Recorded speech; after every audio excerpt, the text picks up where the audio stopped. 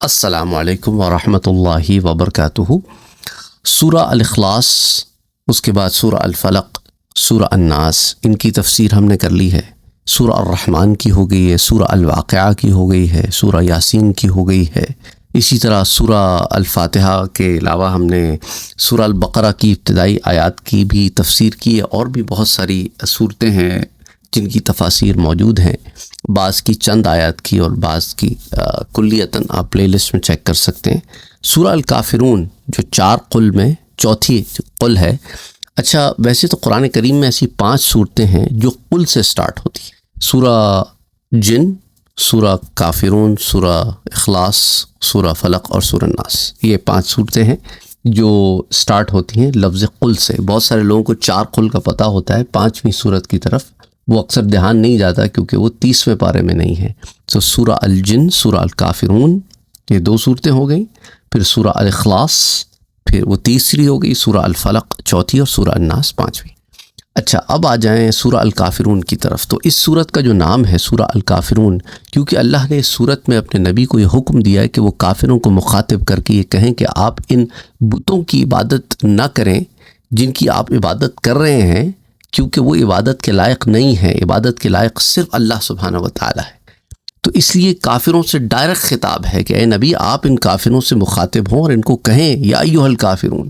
اچھا، امام ابن مردویہ حضرت عبداللہ ابن عباس سے اور حضرت عبداللہ ابن زبیر سے روایات لاتے ہیں کہ سورہ الکافرون مکے میں نازل ہوئی۔ الدر المنثور میں یہ روایات آتی ہیں، جلد نمبر 8 میں۔ اور اس سے پہلے سورہ الکوثر میں اللہ نے حکم دیا تھا کہ آپ اخلاص سے اپنے رب کی عبادت کریں، اور سورت میں یہ حکم دیا ہے کہ آپ یہ اعلان کر دیں کہ آپ مشرکین کے ان خود ساختہ بتوں کی عبادت نہیں کریں گے، اور آپ ان کے معبودوں سے بیزاری کا بھی اظہار کریں۔ اور اس سورہ مبارکہ میں مشرکین کے اعمال سے بیزاری کا اظہار کیا گیا اور اخلاص کے ساتھ اللہ سبحانہ و تعالیٰ کی عبادت کرنے کا حکم دیا ہے، اور صرف اللہ سبحانہ و تعالیٰ کی عبادت۔ اور اس صورت میں کفار کو ان کی اس بے وقوفانہ روش کی نشاندہی بھی کرائی گئی ہے۔ اچھا، حضرت انس رضی اللہ تعالیٰ عنہ بیان کرتے ہیں کہ نبی اکرم صلی اللہ علیہ وآلہ وسلم نے فرمایا، قل یا ایھا الکافرون۔ یہ جو سورہ مبارکہ ہے قل یا ایھا الکافرون، یہ 1/4 قرآن کے برابر ہے ثواب کے اعتبار سے۔ فردوس الاخبار جو امام دیلمی کی کتاب ہے، اس میں حدیث 4658۔ سنن ابی داؤد میں ایک روایت آتی ہے حدیث 5055، اور پھر امام نسائی نے بھی اسے عمل الیوم واللیلہ میں روایت کی حدیث 809 کے تحت، کہ حضرت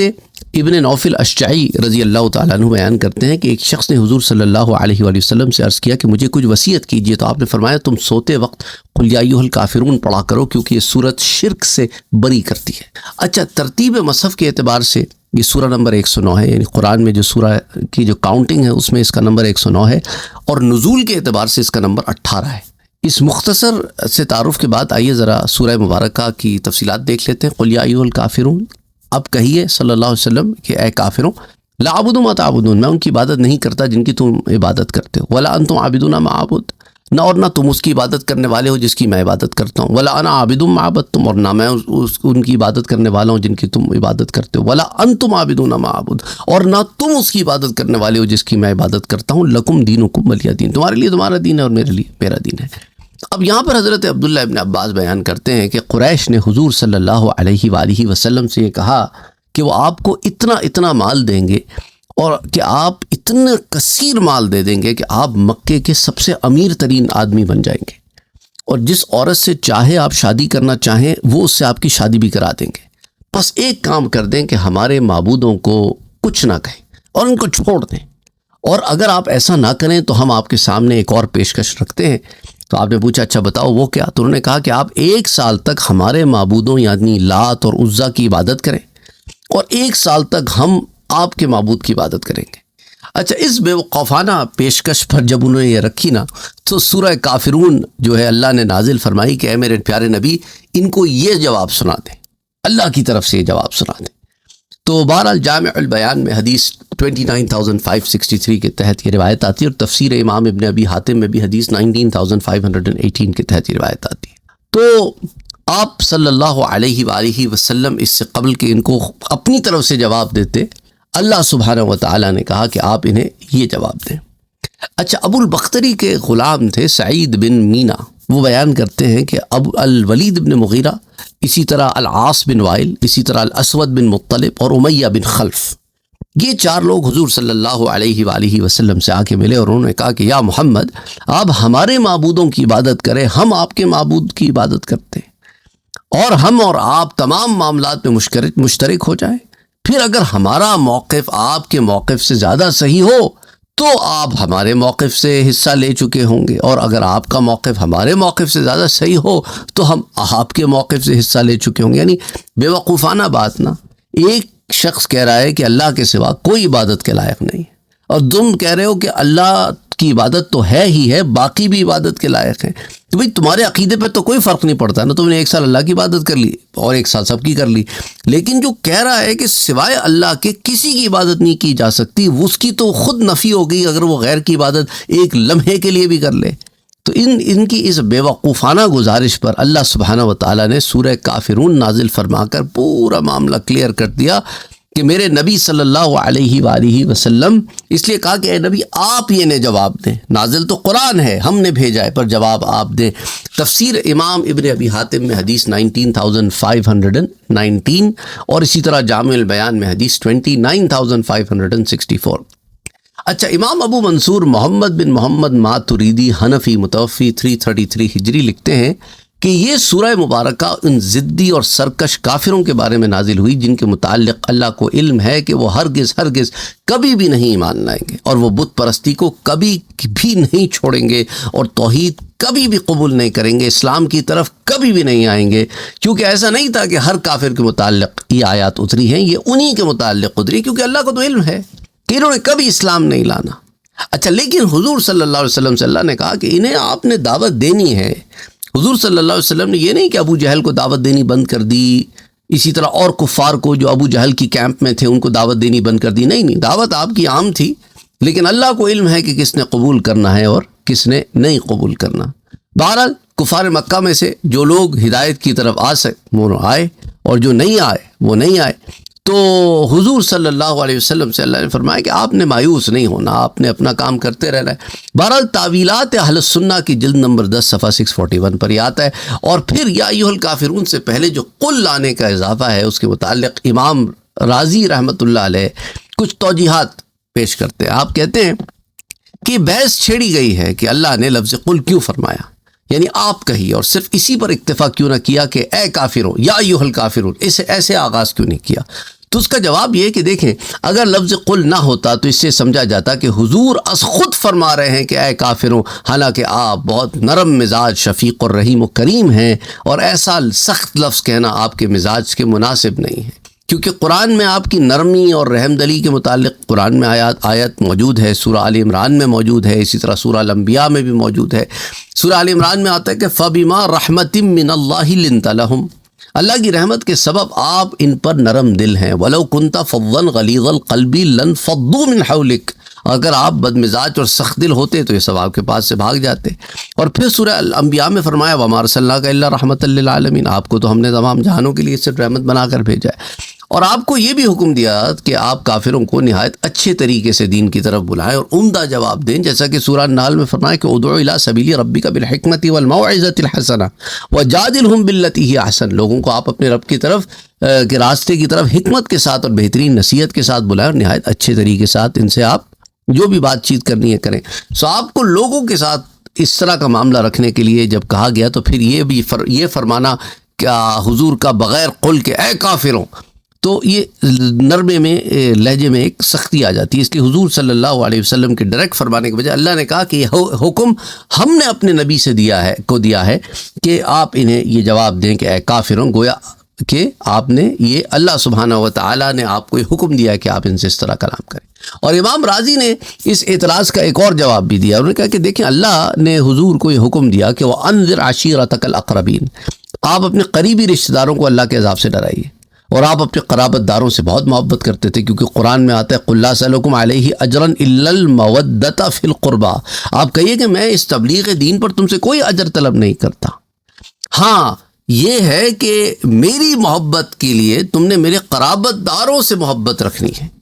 اور یہ اجر نہیں مانگ رہا میں اپنی تبلیغ دین پر. یہ اکثر لوگ کنفیوز ہو جاتے ہیں کہ جب کہہ دیا اجر نہیں مانگ رہا تو پھر یہ اجر تو مانگ لیا نا. نہیں، یہ الا بمانی یہ نہیں ہے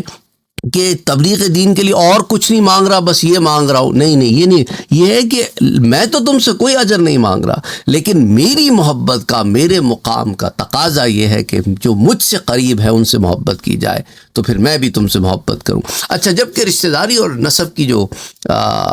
بات ہے وہ ذرا مختلف ہی ہے کہ آپ اپنے رشتہ داروں سے ذرا اس طرح کا کلام فرمائیں، اور جو ہے یہ بالکل ایک وہ ہو جاتی، کیونکہ ابھی سامنے تو سارے رشتہ دار ہی ہیں نا، سارے قریشی ہیں، اس لیے بات یوں فٹ بھی نہیں آتی کہ ڈائریکٹ یوں خطاب کیا جائے کہ اے کافروں. نہیں. اچھا، امام راضی کہتے ہیں اس کی ایک تیسری وجہ بھی ہے کہ قل سے کیوں آغاز کیا گیا، کہ سورہ المائدہ میں اللہ فرماتا ہے یا ایھا الرسول بلغ ما انزل الیک من ربک وان لم تفعل فما بلغت رسالتہ. اے رسول، آپ پر آپ کے رب کی طرف سے جو کچھ بھی نازل کیا گیا اس کو پہنچا دیجیے. اگر آپ ایسا نہیں کرتے تو آپ نے اپنے ذمے جو پیغام تھا وہ نہیں پہنچایا. تو چونکہ آپ کے اوپر قل یا ایھا الکافرون کا مجموعہ نازل کیا تو اس لیے آپ نے قل سمیت یہ پورا کلام پہنچا دیا. تو قل کلام الہی کا حصہ ہے، تاکہ یہ بات واضح ہو جائے کہ یہ اللہ اپنے نبی سے کہہ رہا ہے کہ اللہ تو تم سے بات نہیں کرے گا نا اے کافروں، لیکن اللہ کا نبی اللہ کی طرف سے تم سے بات کرے گا. تو امام راضی نے کہا کہ قل کہنے کی چوتھی وجہ یہ آپ نے بیان فرمائی کہ انسان اپنے مالک اور مولا کی تو ہر بات برداشت کر لیتا ہے، اور خواہ سخت ہو یا نرم، لیکن دوسرے کی سخت بات برداشت نہیں کرتا. اور مشرکین یہ مانتے تھے اور یہ اعتراف کرتے تھے کہ اللہ خالق ہے، رازق ہے، ساری کائنات کا پیدا کرنے والا ہے، کیونکہ قرآن میں آتا ہے وَلَئِن سَأَلْتَهُمْ من خلق السماوات والارض لَيَقُولُنَّ اللَّهُ. اگر آپ ان سے پوچھیں کہ بھئی یہ ساری چیزیں آسمان و زمین کس نے بنایا، تو وہ کہیں گے کہ ہاں اس سے تو اللہ نے پیدا کیا ہے. لَيَقُولُنَّ اللَّهُ، ہے تو اللہ نے پیدا کیا ہے، سورہ لقمان. اور اسی طرح انسان اپنے مالک اور مولا کی وہ باتیں برداشت کرتا ہے جن کو وہ دوسروں سے سننا نہیں گوارا کر سکتا، کیونکہ جسے مالک اور مولا مانا ہے اس کی ہر شے عزیز تر ہے. بس اگر حضور ابتداءً فرماتے یا ایھا الکافرون، اے کافروں، تو ہو سکتا ہے کہ وہ یہ اقرار کر دیتے کہ یہ حضور کا کلام ہے، تو شاید وہ اس کو برداشت نہ کرتے اور حضور صلی اللہ علیہ وآلہ وسلم کی طرف ان کا معاملہ اور سخت ہو جاتا. اس لیے کہا کہ تمہارا مولا، تمہارا مالک اللہ اپنے نبی سے کہہ رہا ہے کہ ان سے کہہ دیں کہ تم چونکہ ایمان نہیں لاتے، تم مانتے نہیں، اس لیے اب ہم تمہیں یہ ٹائٹل دے رہے ہیں کافر کا، نہیں ماننے والے. تو امام راضی نے یا ایھا الکافرون سے پہلے لفظ قل ذکر کرنے کی 43 تعویلات پیش کی ہیں، 43 اور توجیحات بھی اس کے ساتھ. تعویلات اور توجیحات کی جو تعداد امام راضی نے بیان فرمائی 43 ہے. ان 43 کی 43 تو میں یہاں آپ کے ساتھ ذکر نہیں کروں گا، میں نے چند ایک آپ کے ساتھ ذکر کی ہیں، اور ایک اور تعویل اور ایک توجیح ایک اور آپ کے ساتھ شیئر کر دیتا ہوں. حضرت موسیٰ علیہ السلام کی جو طبیعت تھی اس میں ذرا سختی تھی، تھوڑی سی درستی تھی. سو جب ان کو حضرت ہارون علیہ السلام کے ساتھ فرعون کی طرف بھیجا گیا تو انہوں نے فرمایا کہ ان سے بلکہ ان دونوں سے فرمایا اللہ سبحانہ و تعالیٰ نے فَقُولَا لَهُ قَوْلًا لَيِّنًا، کہ آپ دونوں فرعون سے نرمی سے بات کریں. اور جب حضور صلی اللہ علیہ وسلم کو مخلوق کی طرف بھیجا گیا تو آپ کو سختی کرنے کا حکم دیا، تو فرمایا وَغْلُظْ عَلَيْهِمْ، ان پر سختی کیجیے، کیونکہ آپ میں انتہائی نرمی ہے اور آپ بہت رحم دل ہیں، بہت نرم گفتار ہے. تو بعض موقع پہ جو نرم دل ہوتے ہیں، نرم گفتار ہوتے ہیں، بہت زیادہ رحم دل ہوتے ہیں، ان کو اللہ نے یوں ڈائریکٹ فرمایا، اور جو طبیعت میں ذرا سخت تھے ان کو مختلف فی ڈائریکٹ فرمایا. اور حضور کی کوالٹی جو اللہ نے قرآن میں بیان فرمائی، جو میں نے آپ سے ذکر کی کہ حضور صلی اللہ علیہ وسلم کے بارے میں اللہ نے فرمایا کہ آپ کو رحمت بنا کر بھیجا گیا ہے، آپ اتنے نرم دل ہیں، اتنے نرم دل ہیں، اگر آپ ایسے نہ ہوتے تو شاید یہ آپ کے پاس سے بھاگ جاتے. تو اس لیے فرمایا کہ دیکھو قل یا ایھا الکافرون لا اعبد ما تعبدون، آپ کہیے کافروں میں ان کی عبادت نہیں کرتا جن کی تم عبادت کرتے ہو. اچھا، امام راضی نے یہ توجیحات اور تعویلات اس لیے کی ہیں کہ مشرکین مکہ کو کافر کہنا گویا ان کے لیے ایسا تھا کہ آپ ہماری انسلٹ کریں. اچھا، آج بھی آپ دیکھیں کہ ہندوستان میں بھی اور بہت سارے اور جگہوں پہ لوگ کہتے ہیں کہ اچھا تم ہمیں کافر کہتے ہو، کافر بصورت گالی کے لیتے ہیں. حالانکہ کافر بصورت گالی نہیں ہے، کافر ایک ٹائٹل ہے کہ یہ وہ لوگ ہیں جو نہیں مانتے، نہیں ماننے والے. کیا نہیں ماننے والے؟ اللہ اور اس کے رسول کی بات نہیں ماننے والے، اللہ اور اس کے رسول کو نہیں ماننے والے. تو جن تک پیغام پہنچ گیا اور انہوں نے انکار کر دیا وہ کافر ٹھہرے، اور جن تک پیغام نہیں پہنچا پھر ان کی مختلف کیٹیگرائزیشن ہے. کوئی شرک کرتا ہے تو مشرک ہے، کوئی اللہ کو سرے سے مانتا ہی نہیں، کوئی دہریہ بنا ہوا ہے، وہ اور بات ہے، کوئی اور اس طرح مختلف ٹائٹلز ہیں. لیکن کافر وہ ہے چاہے کوئی مذہب کا ماننے والا ہو جس تک پیغام پہنچا اور اس نے اس پیغام کا انکار کر دیا. تو اس لیے کہ قل سے فرمایا کہ دیکھیں آپ کا یہ خود کا کلام نہیں ہے بلکہ آپ کافروں کو اللہ سبحانہ و تعالیٰ کا یہ کلام پہنچا دیں. اچھا، اسی طرح بعض مفسرین نے یہ بھی کہا ہے کہ ان کے نزدیک فی نفسی ہی کافر کے لفظ میں کوئی سختی نہیں ہے، بلکہ کافر کا معنی اگر آپ ان کو کھول کے بیان فرمائیں. اس پر میں نے ایک درس بھی دیا تھا آپ لوگوں کو بہت عرصہ پہلے، جس پر ہمارے چینل کے اوپر بہت زیادہ ہندو لوگ اس زمانے میں آ رہے تھے، کیونکہ ہم بہت زیادہ رد کر رہے تھے ان آریہ برادرز کا اور اس طرح کے اور جو لوگ نئے 2017 سے لے کے 2021 تک کچھ لوگ بہت لانچ کیے گئے تھے، جو سب نے ایک ہی کتاب پڑھی ہوئی تھی اور اسی کتاب سے لوگوں کو بیوقوف بنا رہے تھے، اور پھر ہم نے ان لوگوں کے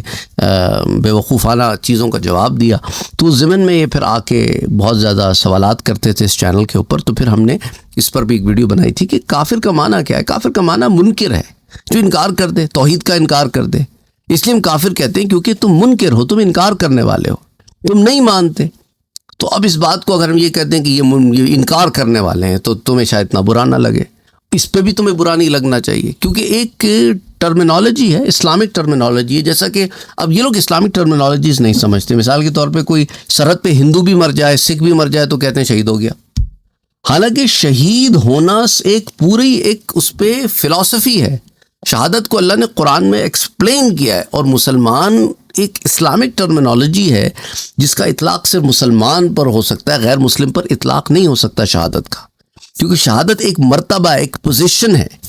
اب میں آپ سے کہوں کہ کوئی بھی آپ کو اچھا آدمی نظر آ رہا ہے اسٹریٹ کے اوپر جو آپ کو لگتا ہے اس میں لیڈرشپ کوالٹیز ہیں، تو آپ اس کو اگر کہنا کرو یار یہ تو مجھے جو ہے نا ریلائنس کا سی او ہے،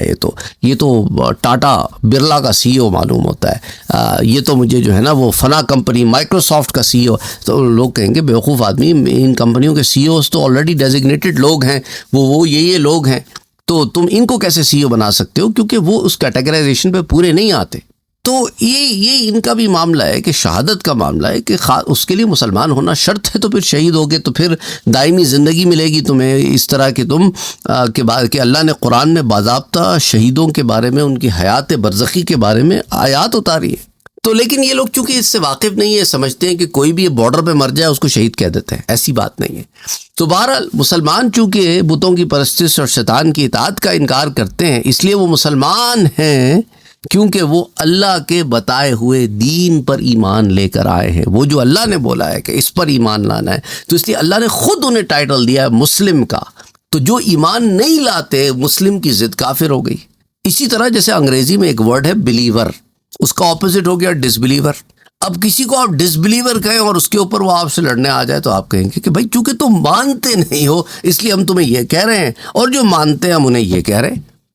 بہرحال اسی طرح اوبیڈینٹ، ڈس اوبیڈینٹ. تو اسی طرح جو ہے اللہ نے دیکھیں سورہ البقرہ میں فرمایا فَمَن يَكْفُرْ بِالطَّاغُوتِ وَيُؤْمِنْ بِاللَّهِ فَقَدِ اسْتَمْسَكَ بِالْعُرْوَةِ الْوُثْقَىٰ. فَمَن يَكْفُرْ بِالطَّاغُوتِ، جو شخص شیطان کی اطاعت کرے گا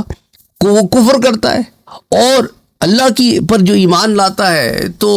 اس نے مضبوط دستے کو تھام لیا ہے. تو یہ تو بڑی واضح بات ہے کہ یا تو تم ادھر آ جاؤ یا ادھر آ جاؤ. ایسے تو نہیں ہو سکتا نا کہ شیطان سے بھی ہاتھ ملائے رکھو اور رحمان کی بھی عبادت جاری رہے. تو جس طرح مشرکین اللہ کی توحید کے کافر اور منکر ہیں، اسی طرح مسلمان بھی شیطان کی اطاعت کے کافر اور منکر ہیں. تو جو شیطان کی اطاعت کے کافر اور منکر ہیں انہیں اللہ نے مسلمان کہا، اور جو شیطان کی اطاعت کرنے والے ہیں انہیں اللہ نے کافر کہا. Simple as that. تو اس میں کوئی سخت بات تو ہے نہیں، یہ تو ٹرمینالوجیز ہیں. اور قرآن مجید کی بہت آیات میں مشرکوں کو خطاب کر کے کفر کا صیغہ استعمال فرمایا گیا ہے، اور اس سے پہلے لفظ قل نہیں فرمایا. جیسا اللہ نے فرمایا سورہ البقرہ میں کیف تکفرون باللہ وکنتم امواتا فاحیاکم. تو تم اللہ کا کیوں کفر کرتے ہو حالانکہ تم مردہ تھے تو اس نے تم کو زندہ کیا. اسی طرح ہود علیہ السلام کی قوم کے مشرکوں نے کہا کہ قال الذین استکبروا انا بالذی آمنتم بہ کافرون. تکبر کرنے والے جو متکبر تھے انہوں نے کہا کہ تم جس ذات پر ایمان لائے ہو ہم اس ذات کے کافر ہیں. خود کہنے لگے ہم انکار کرتے ہیں، ہم اس ذات پہ ایمان نہیں لاتے. تو اس آیت میں مشرکین نے خود اپنے اوپر کافر کا اطلاق کیا ہے. پس مشرکین کو کافر کہنا ان کے حق میں سخت بات پھر کیسے ہو گئی؟ پھر سورہ توبہ میں آتا ہے یریدون ان یطفئوا نور اللہ بافواہہم ویابی اللہ الا ان یتم نورہ ولو کرہ الکافرون، کہ مشرکین چاہتے ہیں کہ اللہ کے نور کو اپنے منہوں سے بجھا دیں، اور اللہ اپنے نور کو مکمل کرنے کے سوا انکار کرتا ہے، خواہ کافروں کو ناگوار ہو۔ تم برا لگے تو برا لگتا رہے، لیکن یہ ایسا نور ہے جسے اللہ خود اس کی حفاظت فرماتا ہے۔ تو لہٰذا حضور کا مشرکین مکہ کو کافر کہنا کوئی سخت بات تو تھی نہیں، لیکن پھر بھی اگر انہیں اس بات پہ سختی لگتی کہ آپ نے ہمیں ٹائٹل دے دیا، ہم تو قریش ہیں، ہم تو عرب ہیں، ہم تو آپ کے قرابت دار ہیں، ہم تو یہ ہیں، ہم تو وہ ہیں، تو اس لیے قل کا اضافہ کیا گیا۔ تو بہرحال اسی لیے امام راضی نے اس میں اتنی تفصیلات بیان فرمائی ہیں، اور امام راضی بہت عظیم مفسر ہیں۔ اسی طرح اللہ سبحانہ و تعالیٰ نے پھر آگے کی آیات میں پھر اس چیز کو مزید ایکسپلین کیا کہ دیکھو میں ان کی عبادت نہیں کرتا جن کی تم عبادت کرتے ہو، یعنی وہ تو اللہ کی عبادت کرتے تھے لیکن صرف اللہ کی عبادت نہیں کرتے تھے، اس لیے فرمایا کہ تم صرف اس خدائے واحد کی عبادت کرنے والے نہیں ہو جس کی میں عبادت کرتا ہوں، نہ میں ان کی عبادت کروں گا جن کی تم عبادت کرتے۔ تو ان آیات پر یہ اعتراض ہوتا ہے کہ بھئی آیا نمبر 2 اور 3 اور 4 اور 5 کا ایک ہی معنی اور مفہوم ہے، تو یہ تکرار کیوں؟ اور تکرار غیر مفید ہوتی ہے، اور بلیغ کلام میں تو تکرار نہیں ہونی چاہیے۔ تو اس کا جواب یہ ہے کہ دیکھو آیا نمبر 4 اور 5 اور آیت 2 اور 3، یہ آیا نمبر 4 اور 5 2 اور 3 کی تاکید ہیں، اور اس کا ایک جواب یہ بھی ہے کہ آیا نمبر 2 اور 3 حال کے زمانے پر محمول ہیں، اور آیا 4 اور 5 مستقبل کے زمانے پر محمول ہیں۔ تو خلاصہ کلام یہ ہے کہ رسول اللہ صلی اللہ علیہ وسلم نے فرمایا نہ میں زمانہ حال میں تمہارے معبودوں کی عبادت کرتا ہوں، اور نہ زمانہ مستقبل میں تمہارے معبودوں کی عبادت کروں گا۔ اسی طرح کفار کے متعلق فرمایا نہ تم حال میں خدائے واحد کی عبادت کرتے ہو جس کی میں عبادت کرتا ہوں، نہ تم زمانہ مستقبل میں اس کی عبادت کرو گے جس کی میں عبادت کرتا ہوں۔ اور یاد رکھیں یہ بات ان کے لیے ہے جن کے بارے میں اللہ کو علم ہے کہ ایمان نہیں لانے کے، اور یہ آیات انہی کافروں کے لیے خاص ہے۔ اور پھر فرمایا کہ بھئی دیکھو لکم دینکم ولی دین، بھئی تمہارے لیے تمہارا دین ہے اور میرے لیے میرا دین۔ تو اس کا معنی یہ ہے کہ تمہارے موقف اللہ کی توحید کا انکار کرنا ہے، اور میرا موقف اخلاص کے ساتھ اللہ کی توحید کو ماننا ہے۔ اگر یہ کہا جائے کہ اس آیت کا یہ معنی ہے کہ مشرکین کو شرک کرنے کی اجازت دے دی ہے، تو اس کا جواب یہ ہے کہ حضور صلی اللہ علیہ وسلم کی بعثت تو شرک کی جڑ کاٹنے کے لیے آئی ہے، شرک کی اجازت نہیں ہے، بلکہ یہ بتایا گیا ہے کہ تم اڑے ہوئے ہو تو اڑے رہو، پر یہ نہ سمجھنا کہ تم سے باس پرس نہیں ہوگی، تم سے باس پرس ہوگی، اڑے رہو، لگے رہو جس چیز پہ لگے ہوئے ہو۔ تو اس آیت میں بیسکلی ایک قسم کی تہدید ہے، ایک قسم کا دھمکانا بھی ہے، اور ایک قسم کی ڈانٹ ڈپٹ بھی ہے۔ جیسے اللہ نے فرمایا سورہ حامیم سجدہ میں کہ اعلموا ما شئتم انہ بما تعملون بصیر، تم جو چاہو کرتے رہو، لیکن یاد رکھنا وہ تمہارے کاموں کو بے شک وہ دیکھنے والا ہے۔ یہ امر کا صیغہ ہے، لیکن اس سے مقصود عذاب سے ڈرانا اور دھمکانا ہے، مطلب نہیں کہ تم کو شرک اور کفر اور معصیت کی اجازت دی گئی ہے۔ تو اسی طرح فرمایا دیکھو آپ نے فرمایا نا میں تمہیں توحید کی دعوت دینے کے لیے بھیجا گیا ہوں، اگر تم میری دعوت کو قبول نہیں کرتے اور میری پیروی نہیں کرتے تو مجھ کو چھوڑ دو اور مجھے شرک اور بت پرستی کی دعوت نہ دو۔ تم میری دعوت قبول نہیں کرنا چاہتے تو نہ کرو، میں بھی تمہاری دعوت قبول کرنے والا نہیں ہوں۔ یہ نہیں کہ تم میری قبول کر لو تو میں تمہاری قبول کر لوں، نہیں، میں تو ایک لمحے کے لیے بھی تمہاری دعوت قبول نہیں کر سکتا، کیونکہ وہ تو سارے کے سارا چیز ہی ختم ہو جاتی ہے اخلاص کی، توحید کی۔ اور دین کا معنی ہے حساب، یعنی تم سے تمہارے اعمال کا حساب ہوگا اور مجھ سے میرے اعمال کا حساب ہوگا، اور کسی سے دوسرے کے اعمال کا حساب نہیں ہوگا۔ اور ایک اور بات یہ بھی ہے کہ تم کو تمہارے اعمال کی جزا و سزا ہے اور مجھے میرے اعمال کی، اور تمہارے چونکہ بت پرستی کا معاملہ ہے تو تمہارے لیے تو سزا ہی سزا ہے، اور مسلمان اور مومن کے لیے ایمان کا معاملہ ہے تو اس کے لیے جزا ہے۔ اور دین سے مراد ہے یہاں پہ یہ بھی یاد رکھیں کہ لکم دینکم ولی دین، دین کا ایک معنی یہ بھی ہے کہ عادت، تمہاری وہ عادت ہے جو تم کو شیاطین سے ملی ہے، اور میری وہ عادت ہے جو مجھے وحی الہی سے حاصل ہوئی ہے، لہذا تم اتباع شیاطین کی وجہ سے دوزخ میں جاؤ گے اور میں اتباع وحی کی وجہ سے جنت میں جاؤں گا۔ اچھا، اسی طرح کچھ اور باتیں بھی میں آپ سے ذکر کرتا چلوں۔ صحیح مسلم شریف میں حضرت جابر رضی اللہ تعالیٰ عنہ سے مروی ہے کہ حضور صلی اللہ علیہ وآلہ وسلم نے اس سورہ مبارکہ کو اور سورہ قل هو اللہ احد کو طواف کے بعد کی 2 رکعت نماز میں تلاوت فرمایا۔ اسی طرح صحیح مسلم میں حضرت ابو ہریرہ سے مروی ہے کہ صبح کی 2 سنتوں میں بھی حضور صلی اللہ علیہ وسلم نے انہی 2 سورتوں کی تلاوت آپ کیا کرتے تھے۔ اور مسند امام احمد میں حضرت عبداللہ ابن عمر سے مروی ہے کہ حضور صلی اللہ علیہ وآلہ وسلم نے صبح کے فرضوں سے پہلے کی 2 رکعتوں میں اور مغرب کے بعد کی 2 رکعتوں میں 20 اوپر کچھ دفعہ یا 10 اوپر کچھ دفعہ سورہ قل یا ایھا الکافرون اور سورہ قل هو اللہ احد پڑھی ہے۔ یعنی اتنی مرتبہ میں نے آپ کو یہ صورتیں ان نمازوں میں پڑھتے ہوئے سنا ہے، یعنی اتنی دفعہ میں نے سنا ہے کہ حضور نے ان 2 رکعتوں میں یہ صورتیں پڑھی، یعنی کہ ایک رکعت میں 20 دفعہ یا اس سے زیادہ دفعہ پڑھ لی یا 10 دفعہ یا اس سے زیادہ دفعہ پڑھ لی، نہیں۔ اسی طرح مسند امام احمد میں حضرت عبداللہ ابن عمر بیان کرتے ہیں کہ حضور صلی اللہ علیہ وسلم کو میں نے کوئی 20 یا 24 یا 25 مرتبہ کی تعداد بھی آئی ہے ایک روایت میں کہ صبح کی 2 سنتوں میں ان دونوں صورتوں کو پڑھتے ہوئے میں نے بخوبی دیکھا ہے۔ اور اسی طرح مسند امام احمد ہی کی ایک اور روایت میں آتا ہے کہ حضور صلی اللہ علیہ وسلم کہ بھئی مہینے بھر تک، وہ کہتے ہیں راوی کہ میں نے حضرت عبداللہ ابن عمر کہ میں نے مہینے بھر تک آپ کو ان دونوں رکعتوں میں یہی 2 صورتیں پڑھتے ہوئے پایا ہے۔ اور یہ روایت ترمذی شریف میں بھی آتی ہے اور سنن ابن ماجہ میں بھی آتی ہے، اور امام ترمذی اسے درجہ حسن کی روایت کہتے ہیں۔ تو وہ تو میں نے آپ سے آلریڈی بیان کر دی ہے کہ سورہ 4 قرآن کے برابر ہے اپنے اجر میں۔ اور حضرت جبلہ بن حارثہ رضی اللہ تعالیٰ عنہ سے ایک روایت آتی ہے طبرانی شریف میں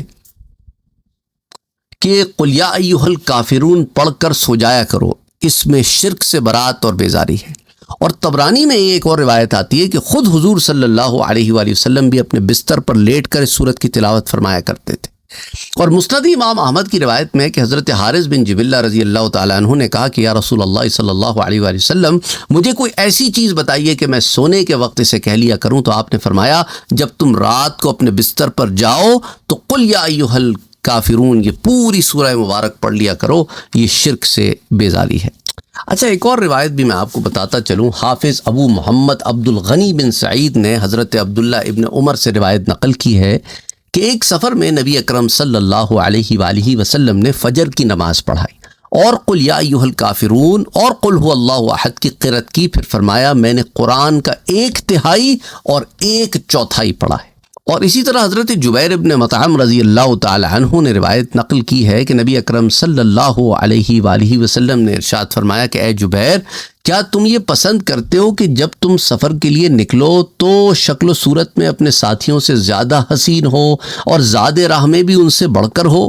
تو انہوں نے عرض کیا کہ جی ہاں یا رسول اللہ صلی اللہ علیہ وآلہ وسلم۔ تو آپ نے فرمایا ان 5 صورتوں کو پڑھو، یعنی قل یا ایھا الکافرون کے شروع سے لے کر قل اعوذ برب الناس تک، یہ پوری 5 صورتیں، اور قرأت کا آغاز بسم اللہ الرحمن الرحیم سے کرو۔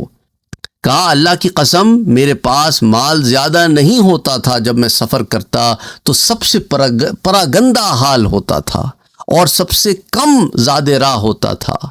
لیکن جب میں نے ان صورتوں کو پڑھنا شروع کیا تو یقین جانو میرا حال سب سے اچھا ہو گیا، اور سب سے زیادہ راہ بھی میرے پاس ہوتی تھی، سب سے زیادہ سامان بھی میرے پاس ہوتا تھا زاد راہ کا،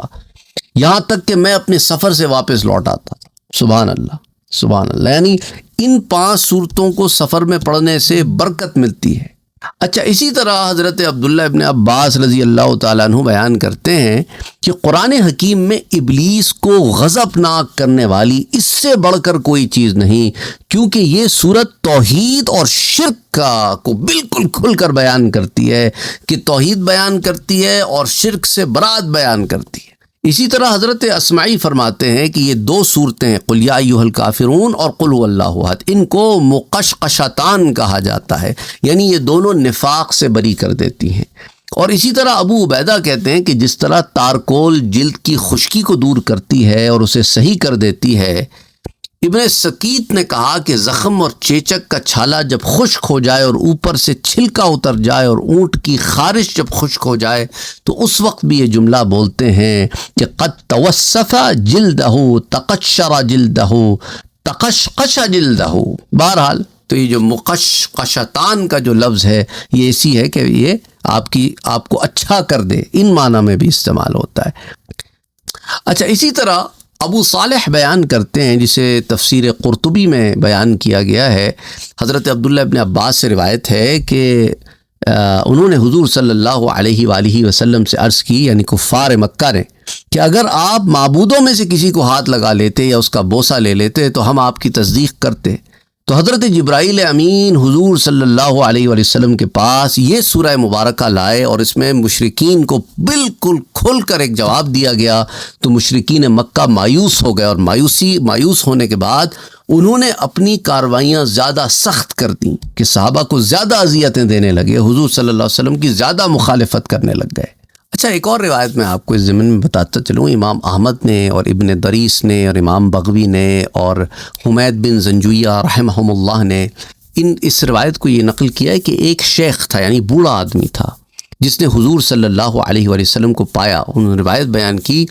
اس نے کہا کہ میں نے حضور صلی اللہ علیہ وآلہ وسلم کے ساتھ ایک سفر میں نکلا، تو آپ صلی اللہ علیہ وآلہ وسلم کے پاس ایک آدمی کے پاس سے حضور گزرے، تو وہ آدمی جو ہے وہ قل یا ایھا الکافرون پڑھ رہا تھا۔ تو اس وقت حضور اکرم صلی اللہ علیہ وآلہ وسلم نے فرمایا کہ یہ آدمی شرک سے بری ہو چکا ہے۔ اور ایک دوسرے آدمی کے پاس سے گزرے جو قل هو اللہ احد پڑھ رہا تھا، تو حضور اکرم صلی اللہ علیہ وآلہ وسلم نے فرمایا اس کے سبب اس آدمی کے لیے جنت واجب ہو گئی ہے۔ اور ایک روایت میں یہ الفاظ آتے ہیں کہ بے شک اس آدمی کی مغفرت فرما دی گئی ہے۔ اسی طرح امام دہلمی رحمۃ اللہ علیہ عبداللہ بن جراد سے روایت کرتے ہیں کہ نبی اکرم صلی اللہ علیہ وآلہ وسلم نے فرمایا کہ جو منافق ہوتا ہے نا، وہ قل یا ایھا الکافرون نہیں پڑھتا۔